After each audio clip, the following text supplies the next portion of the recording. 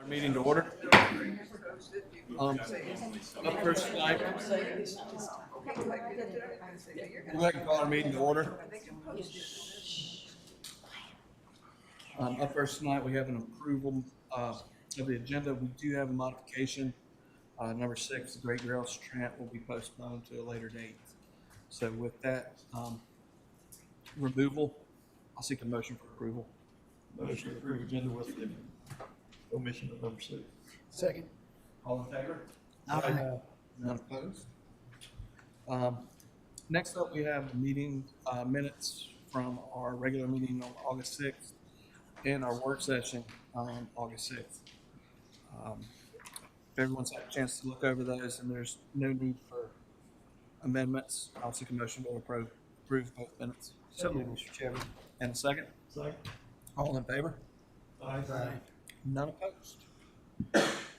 Moving on now to administrative reports. I have nothing to report tonight other than I'm ready for our BOT to get 107 finished. I think we took a step back in the last couple months, but looks like you're getting ready to pave. I saw equipment out there, so hopefully soon.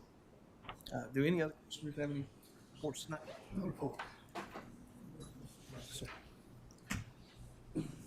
Next up, we have our county manager's report.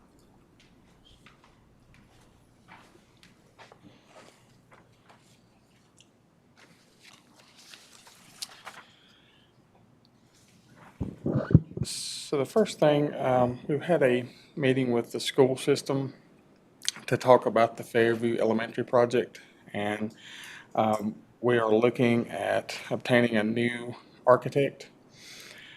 So we sent out yesterday. We're getting everything ready to send out a request for qualifications to all the architects in the area and Western North Carolina.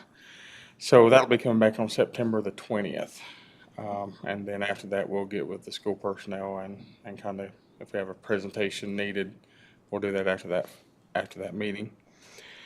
Also, we sent out a request for proposal for food for the Department of Aging, and also our detention services that was up. That RFP will be coming back the 15th, and it'll be for your consideration at the September 20th meeting once we get those proposals back. And this is a standard contract that we do every 3 years. Going kind of the projects, I'm gonna kind of skip around a little bit. The first one is the Aquatic Center. I guess it was a couple weeks ago, they had scheduled a test on the shell of the pool, and it did fail. It was supposed to be, I think, 195 gallons of leakage per day was the minimum, and I think it was close to 3,000 per day is what, kind of over the 2-day cycle, it was over 8,000 gallons. So we went back to the architectural firm and also the contractor. They came up with a solution of putting a material on the shell itself.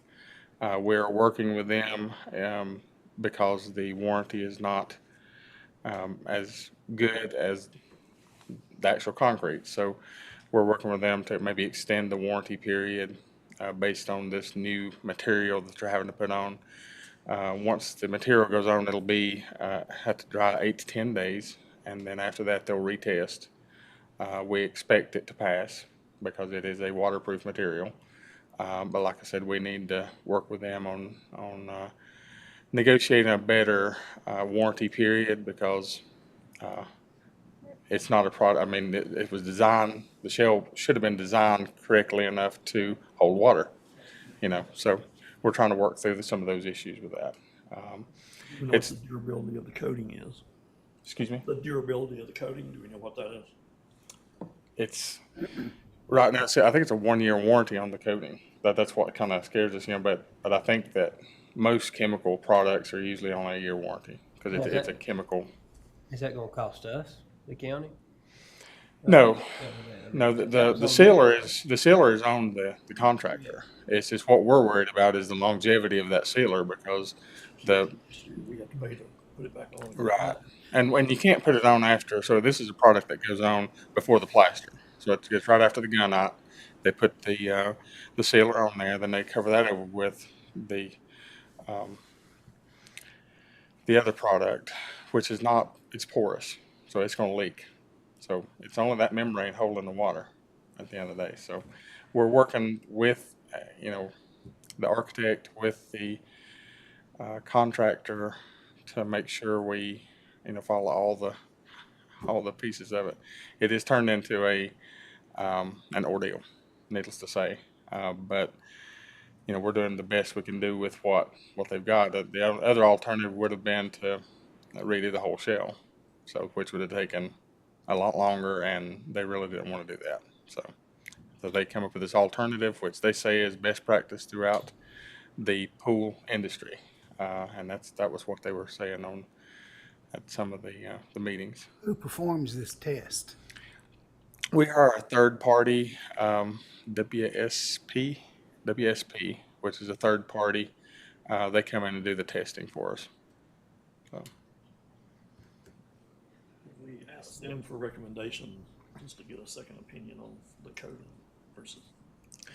we had one of the engineering firm that handles the pool. We asked them a very direct question about the coating, and he basically has indicated, which he is a third party as well. He's not he's not part of the contracting firm. And he basically said this was industry standard. It's the best on the industry market today that you can get, but we're just cautious because we don't have a year warranty, like with any product. I mean, they're only going to do it a year. So, How long would it take them to redo the shell if they done it the right way? oh goodness, probably 6 months or longer. But you'd pretty much have to go back down to rock. We shouldn't Pretty have to pay for something that they messed up. I mean, it's my opinion, but I agree. So we can, Within the contract where if this pool fails after a year, it's on the architect and they have to come back and. yeah, but we do have a warranty with the contractor, and we have sent a letter or an email to them asking for an extended warranty. We're thinking 10 years. yeah, that's I mean, the worst case scenario, you would have to put in a liner after the fact, which you don't want to do. But that is traditionally what they do with pools that have issues. They put in liners, which will last about 15 years, roughly. So. does this happen quite a bit? The leakage or Oh, I didn't ask that question. I don't know. And they never did give us a really good answer on why it failed, where it failed. wondering. I think they saw bubbles at one of the construction joints where the two meet. So, but they never really give us a good answer. So, we're working on resolution, and see what we can come up with. But Is the timeline still October? still October, yeah. This will delay it, a few days, but 8 to 10 days, and they're going to try to do both the tests at the same time on both pools. So, Buying a new car, it's blowing loose work out.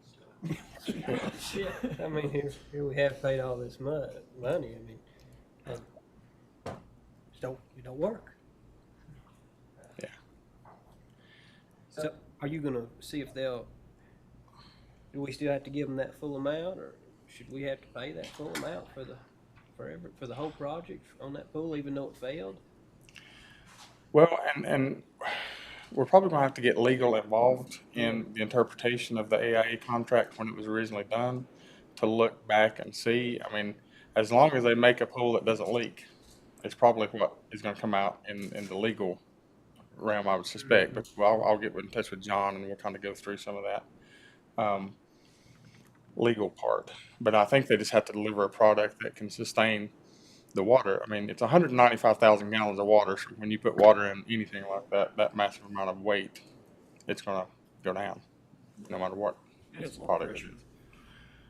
is. So it could have been the pressure on the rocks. I mean, I know earlier in the project they did hit rock So there's a lot of things it could be, and I'm not going to speculate what it is, but I would suspect that as long as they deliver a watertight pool with whatever mechanism, then they're probably clear in the contract. As long as we don't have to pay a penny more. No, we're not paying them any more, and none of this seal or anything like that. We're having to pay anything. It's just what we're concerned with is the longevity of this product and making sure that we're covered, 10 years down the way. That's what we're thinking. So, Like you're on top of it. yeah. But I'll have more information at the work session Thank you. in a couple of weeks. The other project, the Center for Domestic Peace, it stalled just a little bit due to a power line. The power line issue, they did not move the power line back yet, and so they couldn't get in the equipment, so they had to demobilize a piece of equipment that does the borings because it was too tall. So that's why the project is not moving as quickly as it did before. So let's see. On the other projects, so in September, we will be talking about the Canada Fire Department and also the administration building and Justice Center. The other ones have not. We're going to talk a little bit more about Greenway. I'm trying to work on that. Let's see. Well, I think that's all I've got for tonight. About the Whittier Park.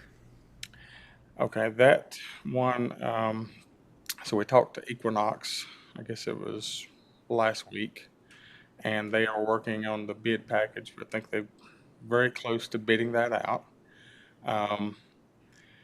And so that'll be both that one and the Cashers Glenville will be coming very shortly. They do have the bid documents, I think, very close to being done. I don't think they've done a splash pad before, for my understanding, so we're working with them on that bidding process. What's the status of Mark Watson?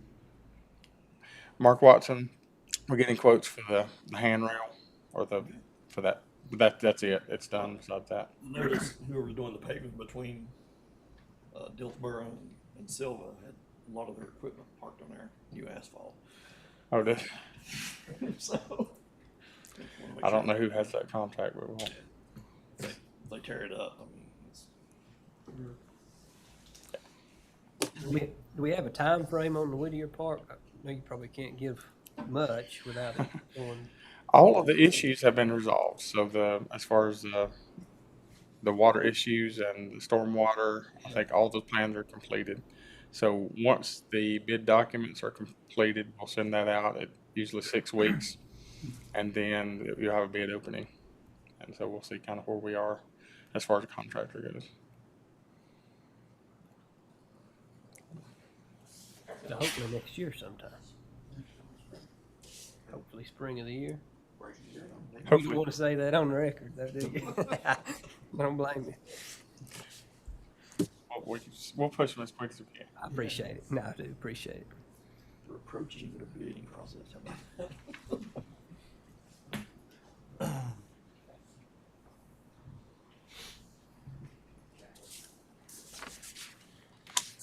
For comments tonight, we have Miss Antoinette McWatt.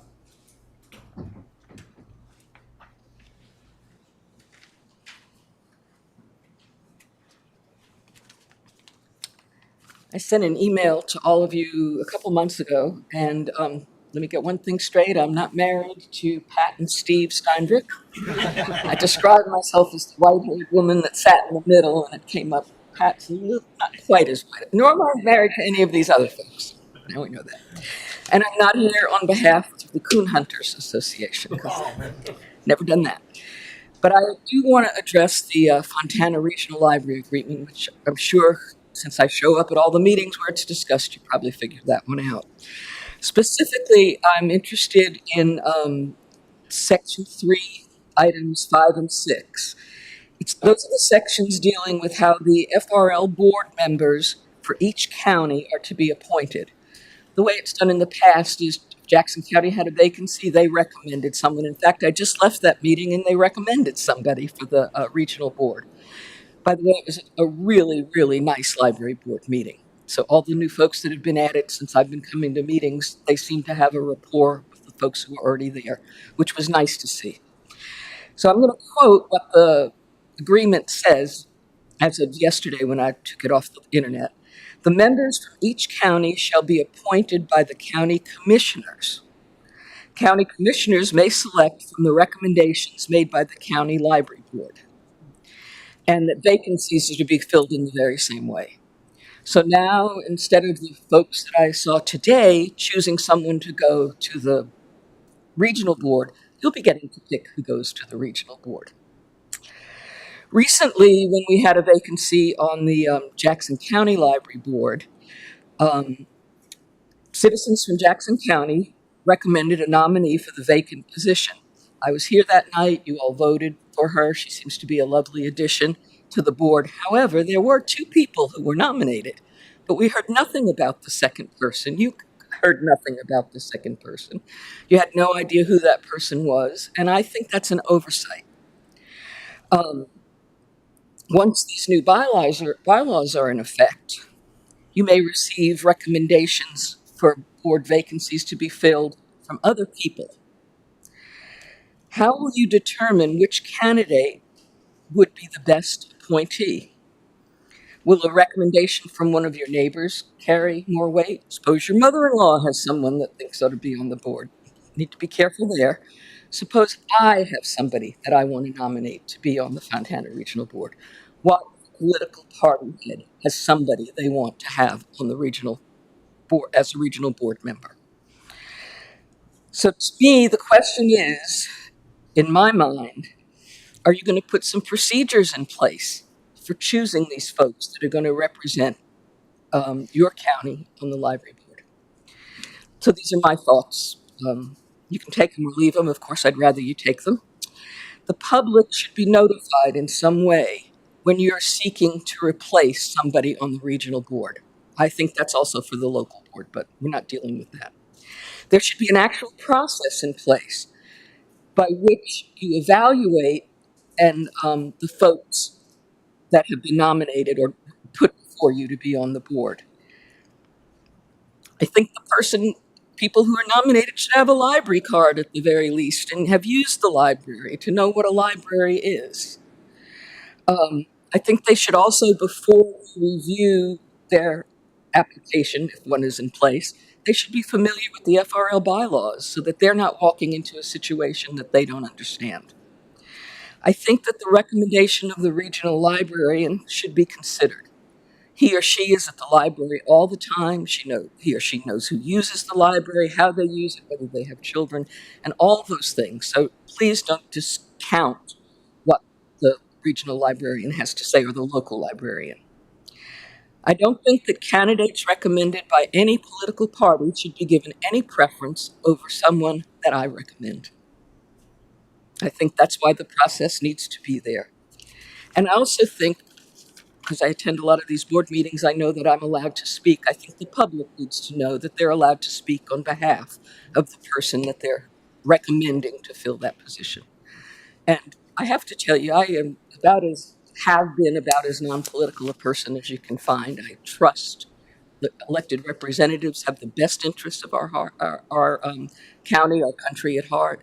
And I'm always impressed at how well you run your meetings. So thank you. Thank you for the opportunity to speak. Thank you. Moving on to the consent agenda, up first tonight, we have Ms. Fox with our finance report for July.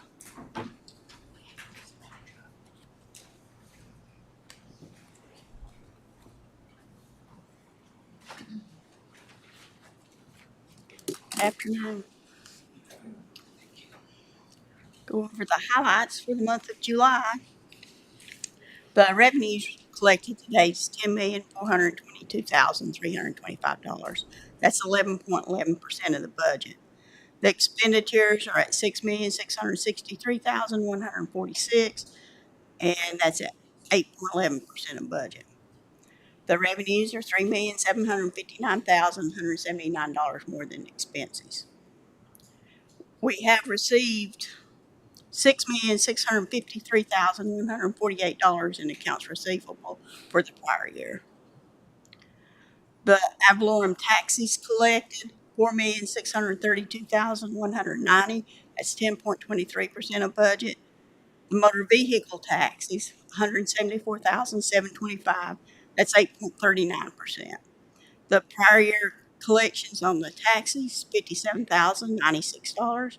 It's 11.42% of budget. The sales tax for July, which was April sales, was $1,800,685. That's $130,344 more than we received last July. That's 7.8% higher. The Article 46 distribution was $202,456. The average increase in the sales tax at this point is 3.58%. The final payment was made on the Jackson Library SCC project, was made on July 16th, and that amounts to $347,454.27.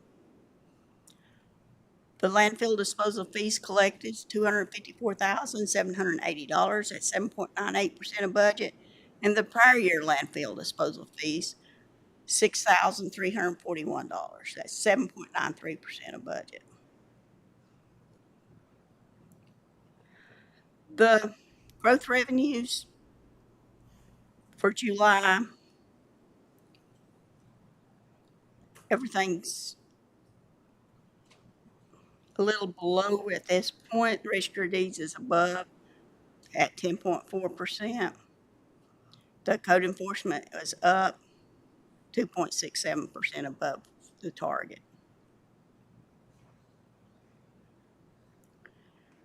The general fund contingency balance at the end of the month is $1,344,204.58. We have made a couple of appropriations for capital during the month of July. I'd be glad to answer any questions on the report. Questions from the board regarding our budget report? Okay. We'll move on to budget ordinance amendments. Ms. Fox. I have one amendment, and it's increase to general fund $167,011.94, an appropriation from fund balance for repairs and maintenance on the DSS building that was budgeted in last year that we didn't use. The building we've closed on the building and they'll start maintenance work on it now. The animal shelter donations, we did receive a donation of $116,346.11, and it'll be put into the animal shelter for capital. And Dogwood Health Trust grant, $10,665.83 for DSS employee appreciation. Moving on to the recreation equipment lease. I have two leases, one for the Recreation Center, Jackson County Recreation Center, and the equipment cost is $143,845.37, and one for the Cashiers Recreation Center, $116,745.58. Both of them would be Municipal Asset Management Incorporated, and the equipment is provided by Carolina Specialty Fitness, and they will maintain the equipment.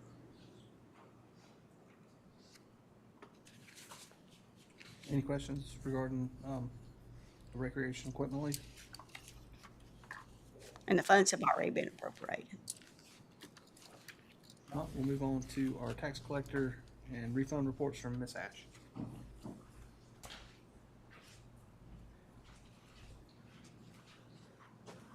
Good afternoon. I'm gonna do my best not to butcher the numbers in place of Miss Henson tonight. Let's see here. All right, so our first month of the 2024 tax billing year is the numbers here from July. So they collected $4,856,632 for the current year and $92,646 for delinquent. The total tax collected for July was $5,219,412, and there were $872.15 in refunds and $1,547.47 in releases. I'd be happy to answer any questions. All right, thank you so much. Is there a motion to approve the consent agenda from Ms. Fox and Ms. Ash? I'll make a motion to approve all 4 items on the consent agenda. Is there a second? Second. All those in favor? Aye. Aye. None opposed. Moving on now to new business and codified cashier's update, and Mr. Chad Meadows.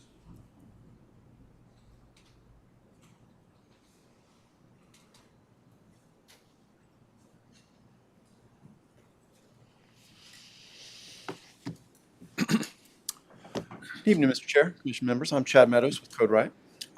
It's my pleasure to give you guys a status update on where we are with the Recodify Cashers project. Recall that is an effort to update the Unified Development Ordinance for the Cashers Regulated District. I will also mention to you that there are some other aspects to the Unified Development Ordinance that have some adjustment as well, as we've integrated some improvements into the process, and I'm happy to answer any questions you have about those once we get there. Project status, we've been at this for quite some time. It's been a slow project. However, it's been intentionally slow. We have taken our time and worked very hard to be sure that the project is transparent, that everybody has an opportunity to be involved, that they have an opportunity to share with us their thoughts. Thus far, we've prepared a policy guidance review of the small area plan and the ULI report. We did a community character analysis, a 50-60 page report on the community character that exists there in Cashers. We did an annotated outline. In other words, a short list of the changes that we would suggest be made to the Unified Development Ordinance to implement the community character analysis provisions. We have a draft of the Unified Development Ordinance prepared, both the section 9.3, the Cashers Regulated District, as well as the other 11 chapters of the document. And then finally, we've got a draft zoning map. So I want to talk a little bit more about what we've done with the UDO and where we are with the zoning map. So I mentioned before, your Unified Development Ordinance controls, it's county-wide. However, the cashier's regulations, and there's a handful of other regulated district provisions that apply within specific areas. There are portions to the UDO that are getting adjusted countywide. For example, the establishment of a conditional rezoning process. That's something that we're suggesting replacing the special use permit procedure, at least in the Cashers District, and perhaps also ultimately in Cullowhee and 441, if you guys decide that's worth doing. Handful of other provisions and changes and updates to the Unified Development Ordinance, whether that's based on state statute or consistency with some of the suggested changes that we're making in Cashers and the procedures chapter. So a giant cleanup to the ordinance. One big thing I'll mention to you is we have gone in and not changed a lot of the language, but we've recodified or redone the ordinance in a Microsoft Word document file so that it's properly functional. The prior consultant did not do that properly for county staff, and it's been a real burden for them to keep the document up to date. We have fixed that and improved it immeasurably. So that's an important part of this process, and that document is with the county attorneys for review right now. We've created an internal draft of the cashier standards, the provisions that apply to development solely in the Cashers Regulated District. We're discussing that language with the staff this trip. We'll probably make some revisions based on staff guidance. That will then go to the county attorneys for their review, and then we'll have a release of the public draft of those provisions and discuss those. We've also created an initial draft version of the updated zoning map, which is part of the UDO. And so I'm going to focus on that. This trip, tonight's update, and this trip in general is focused on the zoning map and where we're going with that and why. In early August, there was notice. It was sent to 650 property owners, landowners in the Cashiers regulated district, letting them know that there will be some suggested revisions, that we've got a draft map for their consideration. This is not the final map. This was sent out to encourage people to find out more, to learn about what was being suggested, and then to come in and speak with us. And so this trip is about that discussion.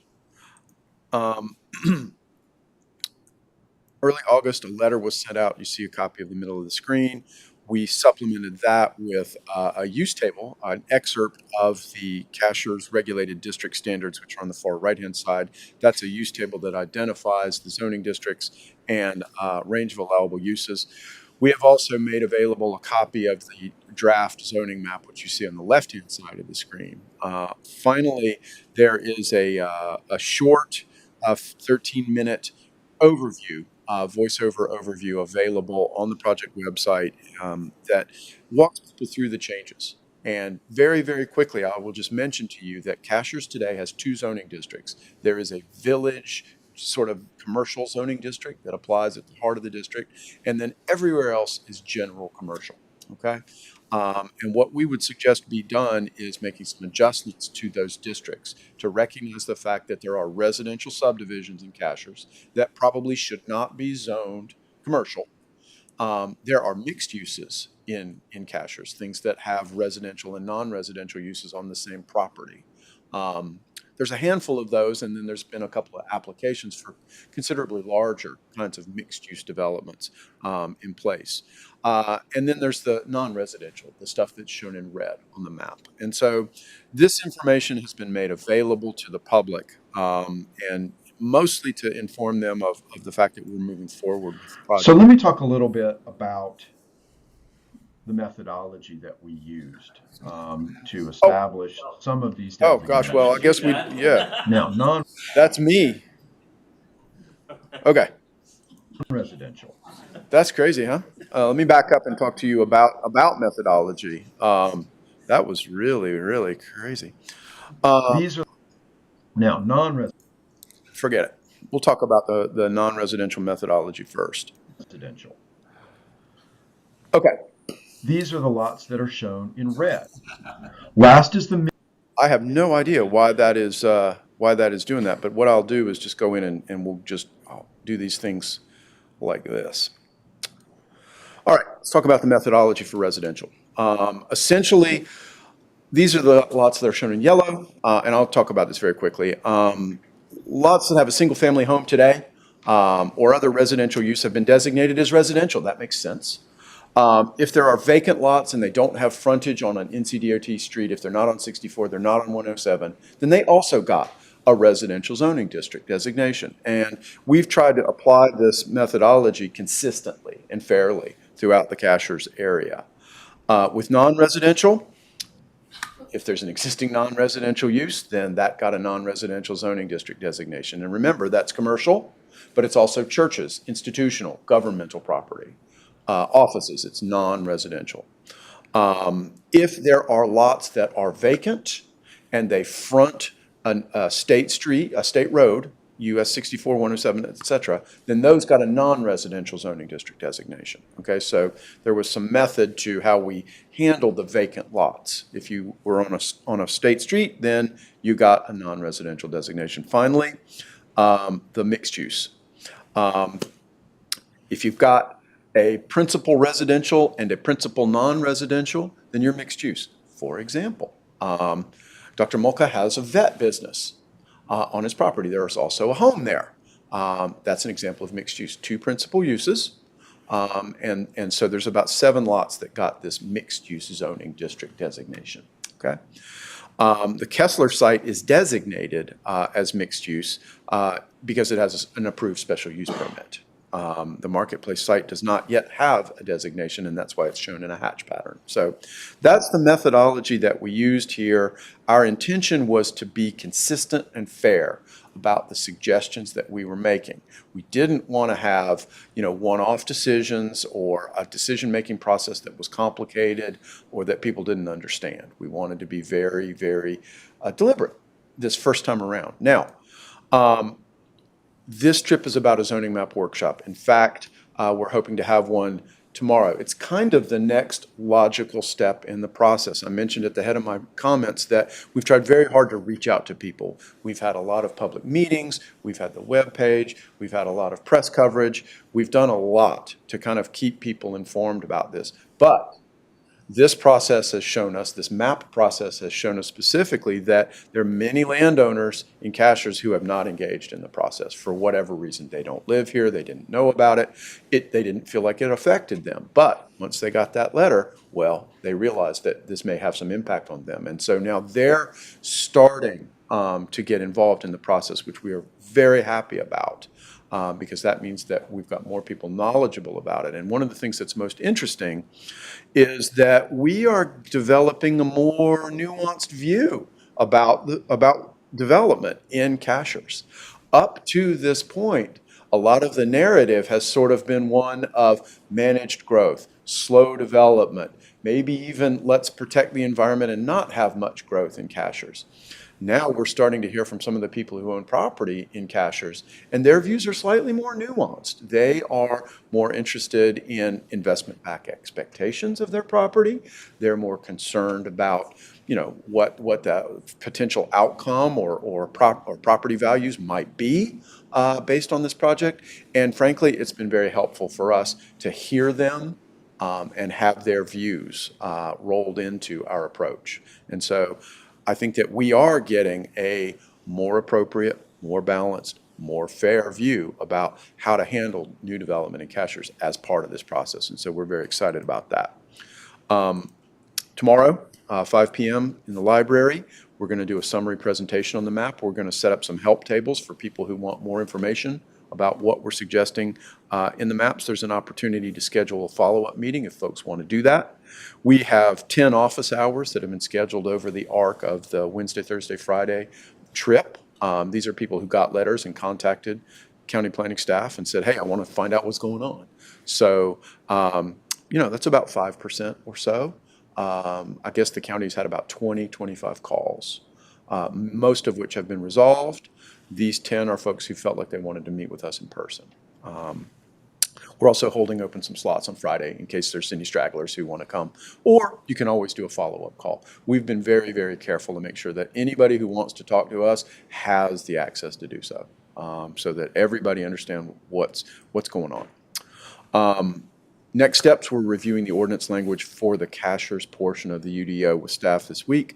There's a CPC meeting on Thursday evening, 5:30, where we're going to talk a little bit more about the map and a little bit more about the text. We'll be continuing to review feedback on the zoning map. I would expect some adjustments and some changes to what's being proposed. And then ultimately, we'll transmit the Cashers UDO language to the attorneys after staff has had a chance to review it.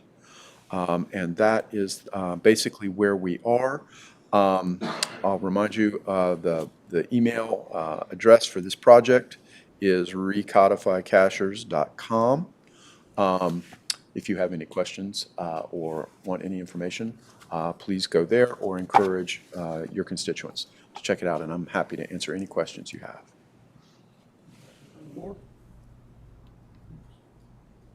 Excited about tomorrow's meeting. It's going to be fun. We're hoping for 60 or 70 people, which will be really great. Thank you very much. Moving on now to subdivision ordinance text amendment, public hearing. And Mr. Preston. Good evening. I won't go back through the entirety of the changes. Just a reminder that these are really technical changes to the types of materials and standards that we are proposing and keeping up with industry standards in the paving and engineering industry.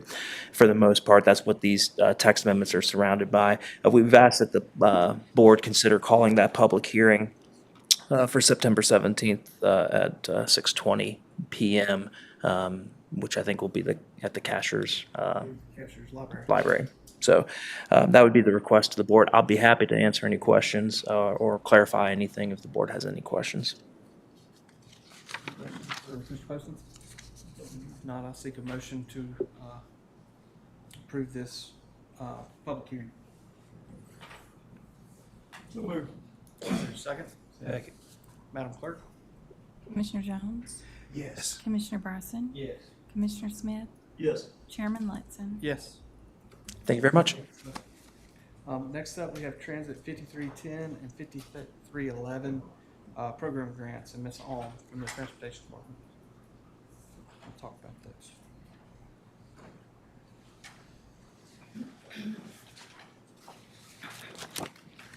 Good evening, Commissioners, Chairman Letson. So I'm also asking for a public hearing on September 17th at 6:25 p.m. And this public hearing is for our fiscal year 26 Community Transportation Program grant applications that we apply for every year.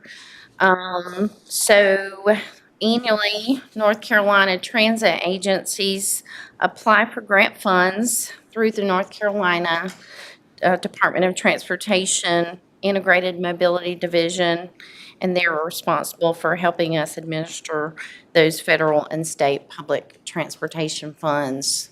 So we will be asking for a total project amount of $736,477, and the local match for that will be a total of $162,061.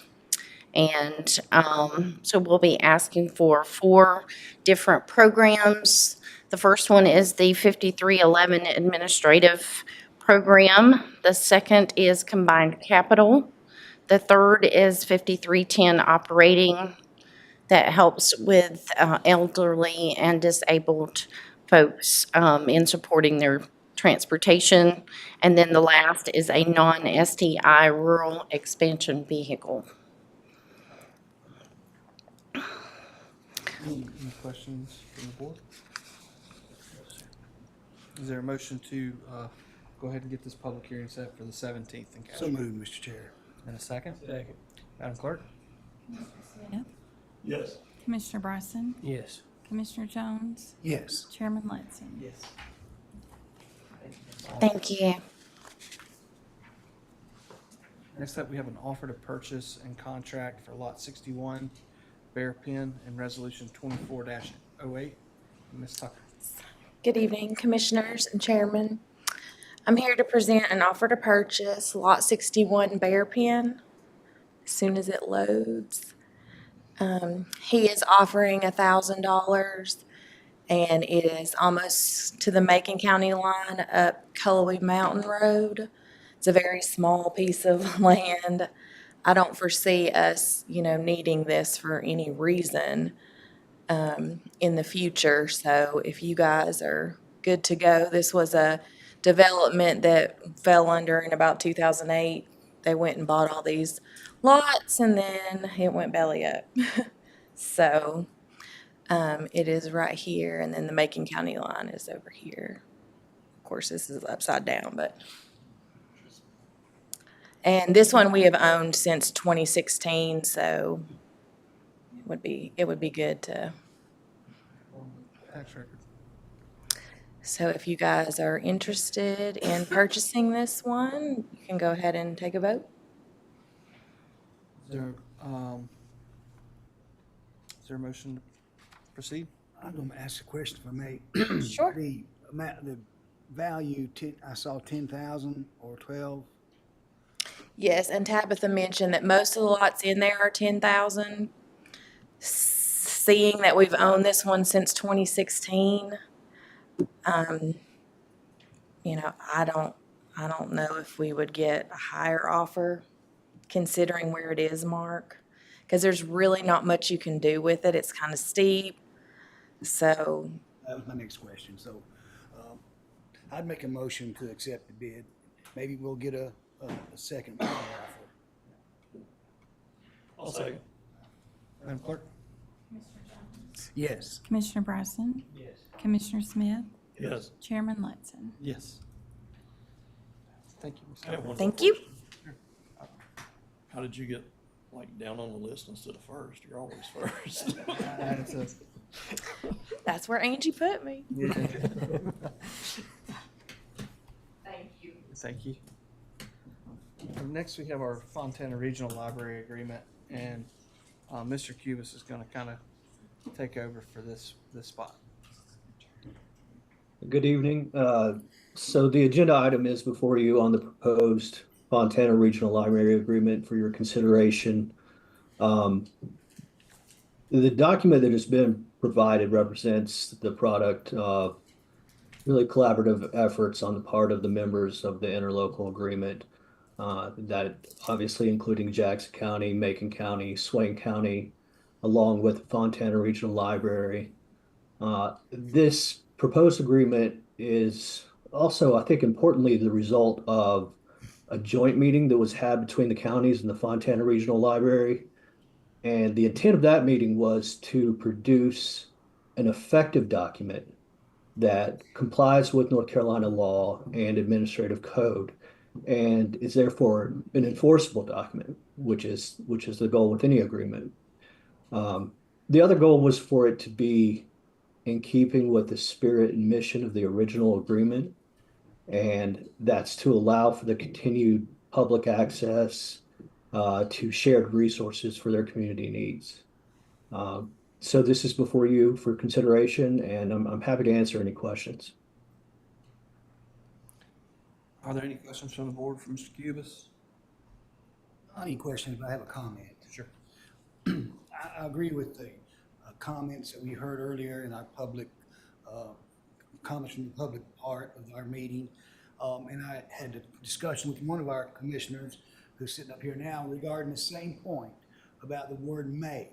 And I do trust the integrity of our board and the benefit that we all have in common, and that is to make Jackson County and all of our assets better functioning systems. And with that said, I can sit back and know that I feel in good shape that we would make the right decisions on some of the comments that was made. And I do agree, sometimes we do get a little, we want to fill a position. And so we may do that a little fast. I'd just say, let's slow down and ask some questions and be thorough on that. The other part, I want to thank Mr. Cubis and commissioners from Swain County too, because the comment about the chairman to receive questions that's been taken out from the public comment. Well, I don't attend, in all my meetings and boards I've been on, that's never happened. And so I'm very comfortable to the point where those two issues, I trust our judgment, and that language has been taken out. And you can always go after a meeting and speak to the person one-on-one, the chair and any other member, on any issue. So I just want to make those two comments because in one conversation I had 5 days ago with one of our commissioners, I was going to vote no on this, but these changes have changed my mind. And I think that, specifically speaking to Section 3, Number 5, we do take, recommendations from the board pretty seriously, especially if it's up for another position within that board. We try really hard to take those and weigh them a little heavier than just an ad hoc request, mainly because there's local knowledge in that decision. Those people have been involved in the process and understand what's going on and probably have a better idea of the Fontana Regional Library Agreement and the bylaws than just someone coming in off the street. And it's almost a stepping stone, from a local board to a regional board. It's kind of how it's supposed to happen. So while it may say may, I think that most of us up here feel pretty confident in that if there's a recommendation from a board, it's going to be weighed and measured before it's brought to us. So I feel confident in this agreement. I would like to thank Mr. Cubis and Commissioner Smith and Commissioner Jones for helping get this through to the end after 8-9 months of discussion. And it's not a win for everyone. It's not a loss for everyone. It's a meeting in the middle to try and give the best for everybody in our county And surrounding it. and surrounding counties. And I would just say it, when we had the joint meeting with the other counties in here, I don't think any of the commissioners that showed up wanted to have response from the chairman. Right. I could imagine that. Yeah, I mean, that, anytime the board, especially the chairman, responds to public comment, you're likely to inflame and cause more problems, and we spoke about that when we were there. I would also like to address the lady that talked about the appointments to the boards. We do have multiple candidates, and the particular one that we voted on the last time I think you're referring to, that came up on 4 different meetings. It was tabled twice because people weren't here to vote on. And out of all those 4 meetings, 2 of those, like I said, were tabled, so nobody got an opportunity to speak on it. And the other 2 people showed up to speak about the candidates. But to my memory, it was only Ms. James that people showed up to speak about. So given the applications and, you know, the testimonials that we got from the public about different people, we made the choice that we thought was the best choice. And that's all we can do. We're not perfect. We're fallible, and we fail all the time. But I appreciate your comments. I would like to thank Mr. Cubis and all the help he's done, and county manager, and Don Adams, former county manager, and even interim county manager Darlene Fox. This has been a long 8-9 months. I'm glad we're getting this completed. This is just the first step, though. We got to get the other 2 counties to agree to it. But I would like for Mr. Cubis to, while you were drafting this agreement, who were you working with?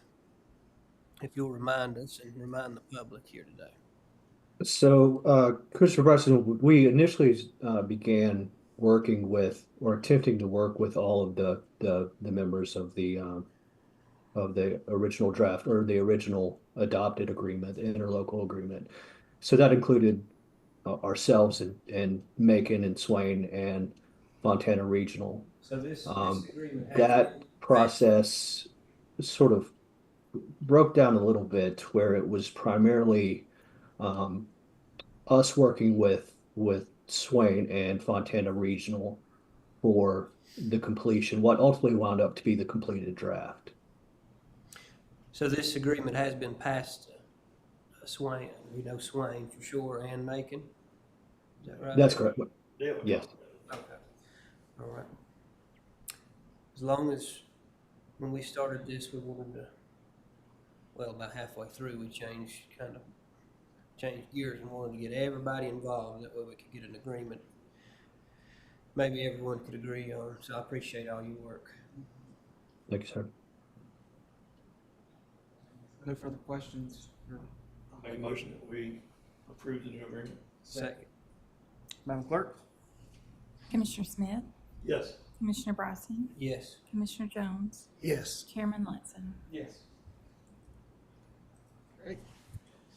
Moving on to what I know everyone's here for is the Coon Hunters Association lease agreement.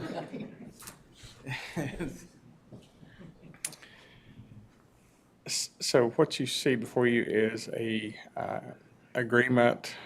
I'm sorry, we don't see it in front of me. Hang on, wrong one. It's in the wrong place. I think. We do it one more time. Nope. Nope. Don't have it on there. Anyway, so I think you all received copies of the lease It's a pretty much standard lease format. It's a 10-year lease with two 10-year options, and they have to give 60 days written before the end of the lease. That's with the Coon Hunters Club. They've currently occupied a 3.5-acre piece of property in the Mineral Springs area of Jackson County for 25 years. So that was a 25-year lease. The law changed in 2010 to require you can't go above 10 years in any term. So that's why it's 10-year with two 10-year options. So. Is there a motion to approve are there any questions regarding the Coon Hunters lease? On the discussion we had about the 4-H, was that resolved? The 4-H section of that lease has been taken out. They have told us that they will let them practice through the state competition, which will be the September 15th. But as we've kind of discussed before, that site is really not conducive to skeet shooting anyway. So we are hopefully before next season, which would be starting in May, we'll be getting a different site. So, but they are going to be practicing there through this 15th of September. And I do understand the Coon Hunters Association wanting it to stay only coon hunter. They've had it for, like you say, years. So I do understand that, and I appreciate them though to Allow those kids out there. Yeah. to allow them to continue to practice and everything until we can get a long-term solution, because I think we all know that we need something long-term. So I'd like to make a motion to approve the Coon Hunters Association lease agreement. Second? Commissioner Jones? Yes. Commissioner Bryson? Yes. Commissioner Smith? Yes. Chairman Ludson? Yes. And then lastly on the agenda, the juvenile justice lease agreement. Yes. So we have been leasing basically this building since I think the 90s. I'm thinking it's close to 30 years, I guess. And so we had looked at moving the juvenile justice program, and this is the district juvenile justice program, to another building that has not turned fruitful. And so we have reached out and developed a relationship with Awake, which the county funds, and they are in need of some space. So the lease is going up to $2,500 a month, but we are going to be subleasing to Awake for a portion of that to help them out. So we'll be paying an extra $300 a month for a 3-year period. Actually, it's 5-year, but we can get out within 3 years. And so with the juvenile justice, we have programmed their space inside the Justice Center building. So hopefully in that time period, we'll be moving them to this location, and then we can get out of the lease and go let Awake have the whole building at that point. So that's kind of the process we're thinking. Is there a motion to approve the juvenile justice lease agreement? So moved, Mr. Chair. Second. Madam Clerk? Yes. Commissioner Bryson? Yes. Commissioner Jones? Yes. Chairman Ludson? Yes. Any questions from? Well, without a need to go into closed session tonight, is there, just a reminder, September 3rd, we have our work session. We do have a meeting? Okay. Is it legal and real estate? Okay.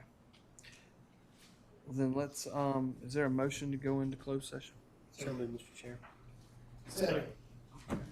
All in favor? Aye. None opposed? Let's